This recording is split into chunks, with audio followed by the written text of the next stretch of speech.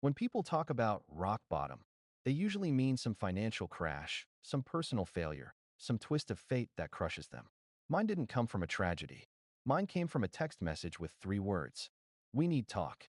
It was my girlfriend, well, ex now. We'd been together 3 years. 3 years of rent splits, arguments about laundry, late-night drives for ice cream, silly inside jokes, and the quiet kind of comfort that makes you think you're building a life with someone. She'd been distant for months. New passwords, sudden nights out with the girls, a phone that never left her hand, and hugs that felt like she was keeping me at arm's length so I wouldn't see the truth behind her eyes. When she told me she was pregnant, I didn't react the way she wanted. I didn't smile. I didn't cry. I didn't fall to my knees in joy, because the math didn't add up. We hadn't been intimate for almost 2 months. Not for lack of trying on my part. She just always had a headache, or was stressed, or not in the right headspace. She knew. She saw the realization hit me. And she panicked. She swore it was mine. Swore up and down. Swore until she was red in the face. Grabbed my hands. Cried into my shirt. Said she was scared I'd think the worst of her. But I wasn't stupid. And I wasn't blind. Eventually she broke, like a dam that couldn't hold anymore. It was a mistake, she said. It only happened once. I was drunk. I felt unwanted. He meant nothing. Every cliché in the book. She threw them at me like confetti. The father? A coworker. Some guy she'd been friendly with for months. A guy she insisted was basically a brother. A guy she said would never look at her like that. Right. I left. Quietly. No yelling. No drama. But that was just the beginning. Because 2 weeks later, she called again. Not to apologize. Not to make things right. But to tell me she wanted to work things out and still raise the baby together. Because I cared about stability. And it would be better for the child. Better for the child. That wasn't even mine. When I refused, when I told her she needed to contact the actual father and take responsibility for her choices, she exploded. You're heartless. You're abandoning us. I thought you were a real man. And then her friends got involved. Fake numbers texting me. DMs from people I'd never met. Her close friends posting vague quotes about men who run from responsibility. One even wrote me directly. DNA doesn't make a dad. Step up. Step up? For a child she conceived while cheating on me? For a lie she wanted to glue onto me because the real father had already blocked her and bailed? And then came the lowest blow. She told her parents I was the father. That I'd changed after she got pregnant. That I was punishing her. They confronted me like I'd abandoned a dying puppy. You owe it to the baby, her mother said. It doesn't matter how it happened. It doesn't matter how it happened. It mattered to me. It mattered when I lay awake at night wondering how long she'd been cheating. It mattered when I replayed every moment she'd pulled away. It mattered when I realized she didn't see me as a partner. Just a soft landing, a fallback plan, a man she expected to carry the consequences of her betrayal. But the real gut punch, the part that shoved everything into overdrive, the moment everything truly shattered, that came 3 days later, when the other man reached out to me. And what he told me made everything so much worse. The message came at 2:14 a.m. A simple, we need to talk. It's about her. It was from the coworker, the real father. I stared at the screen for a full minute, debating whether to ignore it. But curiosity, anger, and the need for truth gnawed at me. So I answered. Talk. He asked to call. His voice was shaky when he started. I'm sorry, man. I didn't know she was with someone. I almost hung up right there. I didn't believe him. It felt like another lie stacked on top of the others. But then he kept talking. She told me you broke up months ago. She said you were toxic, controlling, that you didn't want kids, that she was staying with you only until she found a new place. My stomach dropped, not because I believed him, but because that was exactly the kind of story she'd tell. Something dramatic, manipulative, twisted just enough to make her the victim and everyone else the villain. He continued. We only hooked up twice. I swear. She said she was on birth control. I didn't want anything serious. And when she told me she was pregnant, I blocked her. I didn't want to deal with the mess. There it was. He didn't want responsibility. She didn't want consequences. And I was the only idiot in the equation who had morals. But he wasn't done. She showed up at my work 2 days ago, told me if I didn't claim the baby, she'd make sure my fiancé found out. His voice cracked. He was panicking. She tried to blackmail me. She said you'd make a great dad because you're stable and boring. Her words, not mine. Stable and boring. 3 years of loyalty. 3 years of rent splits, gifts, late-night talks. 3 years of helping her through depression, job losses, family drama. And her conclusion? I was safe enough to become the father of her mistake. I hung up, not out of anger, but because everything clicked into place. She didn't love me. She never truly did. I was an anchor, a wallet, a fallback, the man she'd settle with when her impulsive choices burned her for the last time. And now that they had, she wanted to rewrite the story. She wanted to force me into the hero role of her disaster. When I woke up the next morning, my phone had 27 notifications. Texts from her, texts from her friends, 3 missed calls from her parents. And then, a voice message, 37 seconds long. I pressed play. She was sobbing, dramatic, breathless, the kind of crying she did when she wanted something. You don't understand. He's gone. He doesn't want us. I don't want to be a single mom. You always said you'd step up for family. I need you. Please. Please. You're the only man I trust. I laughed. Actually laughed. Not because it was funny, but because of how predictable it was. She didn't love me. She loved what I could offer. Security. Stability. A savings account. A car. A roof. A future. And a baby's last name that didn't terrify her. I told her no. A clean, sharp, simple no. That's when she snapped. You'll regret this, she hissed. You think anyone else will ever love you like I did? You think you'll ever find someone who wants you? I'm the best you'll ever get. It always ends the same way with people like her. When begging fails, they try breaking you down. But I didn't bend. Not this time. Not after everything. And that's when the real war started. Her friends escalated. The posts got more direct. The comments turned uglier. My own cousin asked why I was being cold. She crafted a narrative where I was the villain, where I abandoned her, where I refused to be a father. And worst of all, she actually tried filing for child support, for a child that wasn't mine, and she knew wasn't mine.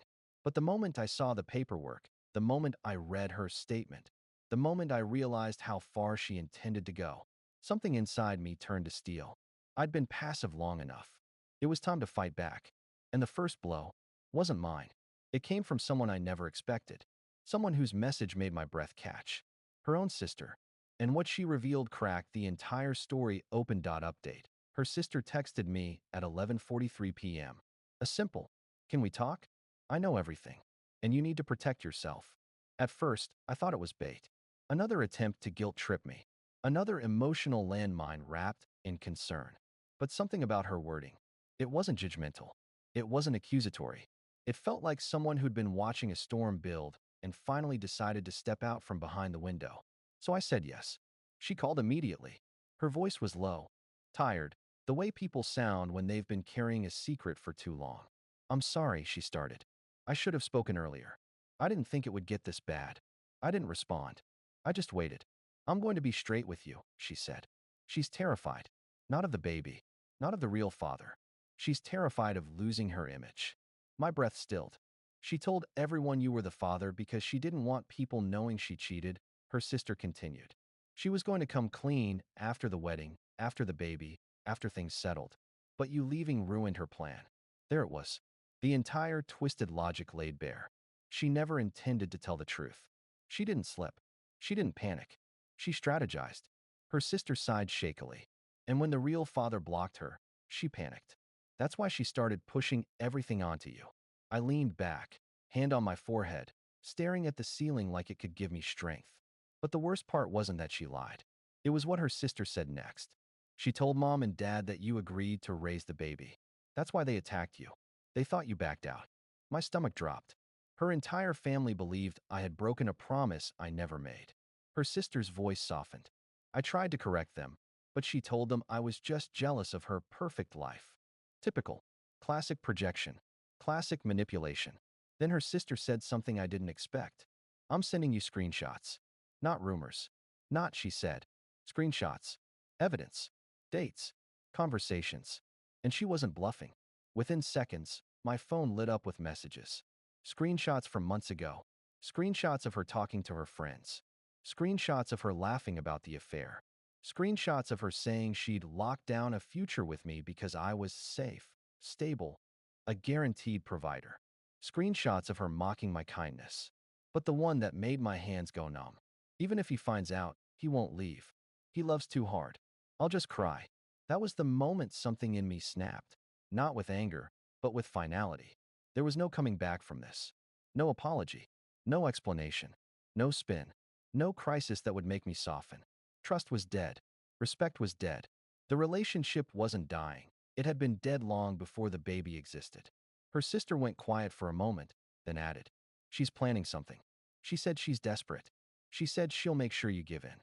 I don't know what that means, but just be careful." I felt a chill crawl up my spine. Be careful. From her own sister. I thanked her genuinely. She didn't know me this. She didn't have to get involved. But she did. Before hanging up, she said, "You didn't deserve this. And you're not the father. No matter what she tries next." When the call ended, I sat in silence for a long time. Not angry. Not heartbroken. Just steady. The kind of steady that comes when denial finally drains out of your system. The kind of steady that comes before action. I saved every screenshot. Stored them in 3 places. Made a PDF. Sent copies to my personal email and a secure drive. Then I wrote a message to her. "Do not contact me again. I am not the father. And I have proof." 10 minutes later, my phone buzzed. A call. Another. A third. 12 texts. All unanswered. But the very last message she sent that night stopped me cold. "If you won't be the father, I'll make you the villain." I didn't know what she meant. Not yet. But within 48 hours, she escalated things in a way I never thought she'd dare. And it forced me to take steps I never imagined taking against someone I once loved. That final update, I didn't fully understand what she meant by, "I'll make you the villain," until 2 days later, when I opened my door to find 2 police officers standing on my porch. One of them asked, "Are you my name? We need to speak with you regarding a harassment complaint." For a second, I genuinely thought it was a mistake. But then they said her name. I actually laughed, quiet, disbelieving, exhausted. She had filed a report claiming I was stalking her, threatening her, and trying to sabotage her pregnancy. She even claimed I was demanding a paternity role, which was insane considering she'd been trying to force me into it. Thankfully, I had done what people on Reddit always advise. I collected everything. Every conversation. Every screenshot. Her sister's messages. The audio files. The dates. The sequence of events. The officer skimmed the evidence on my phone, and his expression shifted from neutral to irritated. He sighed quietly. "Thank you. This contradicts her entire statement." They didn't say it outright, but the message was clear. She lied. Blatantly. And not very well. They left with copies of everything.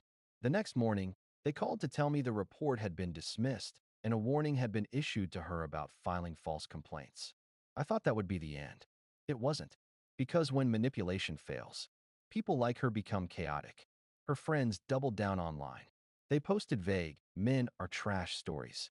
They hinted that I'd abandoned a pregnant woman. One even tagged me publicly. But instead of engaging, fighting, or explaining myself, I did something that surprised even me. I stayed silent. I blocked, muted, archived, ignored. Every hateful post. Every message. Every attempt to bait me. Silence is powerful. Silence is oxygen deprivation for manipulators. Meanwhile, her sister kept me updated, quietly, reluctantly, apologetically. The real father had completely cut her off. Her parents were beginning to doubt her stories. Her coworkers knew something was off. Even her closest friends were starting to ask too many questions. And eventually, the whole narrative collapsed under its own weight. One night, her sister texted. She finally admitted everything. To everyone. She's getting help. There was no triumph in me when I read it. No satisfaction. Just a slow, tired exhale. Because by then, I had already stopped caring about her downfall. I wasn't angry anymore. I wasn't heartbroken. I wasn't even bitter. I was done. Truly, entirely, peacefully done. A month later, I got a final message from her. A long, rambling apology. She admitted to cheating. Admitted the baby wasn't mine. Admitted to lying to her parents, her friends, her job. Admitted to trying to force me into fatherhood. She said I was the only good thing in her life, and that she didn't know how to be with someone who actually loved her. She ended it with, "I understand if you hate me, but I hope one day you'll forgive me."